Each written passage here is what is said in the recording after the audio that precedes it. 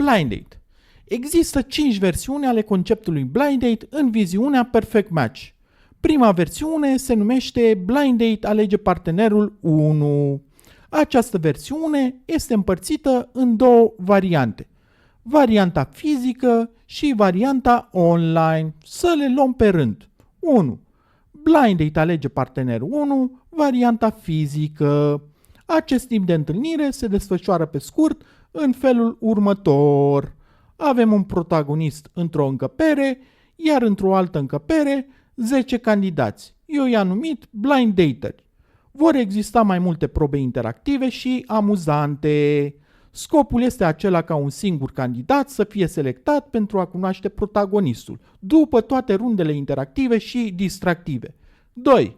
Blind date alege partenerul 1, varianta online. Aici datingul se desfășoară pe scurt în felul următor. Blind daterul intră pe site, completează formularul, iar după aceea va primi o listă cu mai multe descrieri a unor persoane de sex opus. Acesta va trebui să aleagă o singură persoană din cele 10, tocmai de aceea numindu-se Blind Date alege partenerul 1. După ce va fi ales acea persoană, va primi automat datele de contact ale acelei persoane de către echipa Perfect Match. A doua versiune Blind Date se numește Blind Date alege partenerul 2 și aici avem varianta fizică și varianta online. Să le luăm pe rând. 1. Varianta fizică.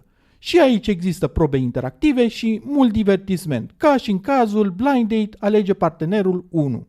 Diferența este că candidatul principal sau protagonistul se poate hotărî oricând să se oprească și să aleagă persoana care va rămâne.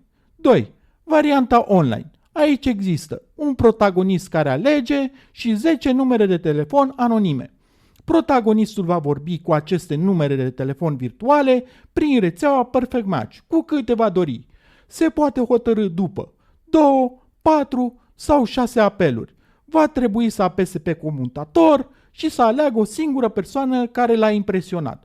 Apoi va primi datele de contact ale acesteia.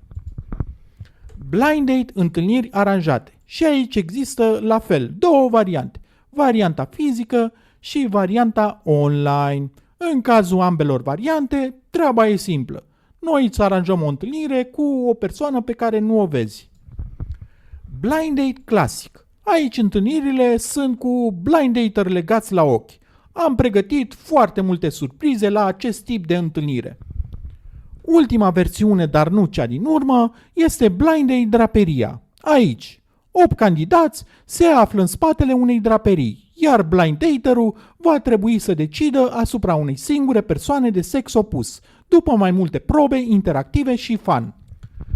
Vă recomand să citiți prezentările scrise detaliate de la toate aceste concepte pentru a cunoaște mai pe larg regulile de participare. Și nu uitați, dacă vreți să participați în lista persoanelor care nu se află în centrul atenției, deci nu a protagonistului sau a persoanei care alege, să apăsați butonul portocaliu flotant din dreapta jos. Apoi vă va apărea un formular de completat. Ok, let's blind it!